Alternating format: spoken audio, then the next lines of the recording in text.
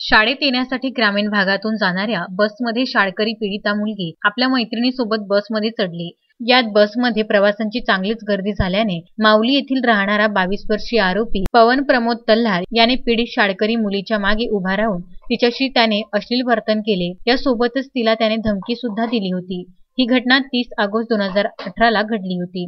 पीडिता शाळेत गेल्यावर तिने सर्व हकीकत आपल्या शालेय मुख्याध्यापक जवळ स्पष्ट केली आणि घरी गेल्यावर आपल्या आई-वडिलांना ही माहिती दिली।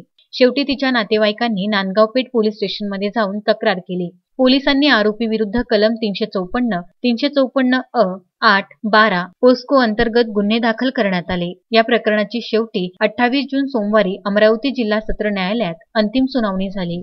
गुन्हा सिद्ध झाल्याने न्यायालयाने आरोपीला 3 वर्षाचा सश्रम कारावास यासोबतच 5,000चा दंडही देण्यात आला। दंड न भरल्यास 6 महिने अतिरिक्त शिक्षा सुनावण्यात आली आहे। अजय शृंगारे, विदर्भ न्यूज, अमरावती।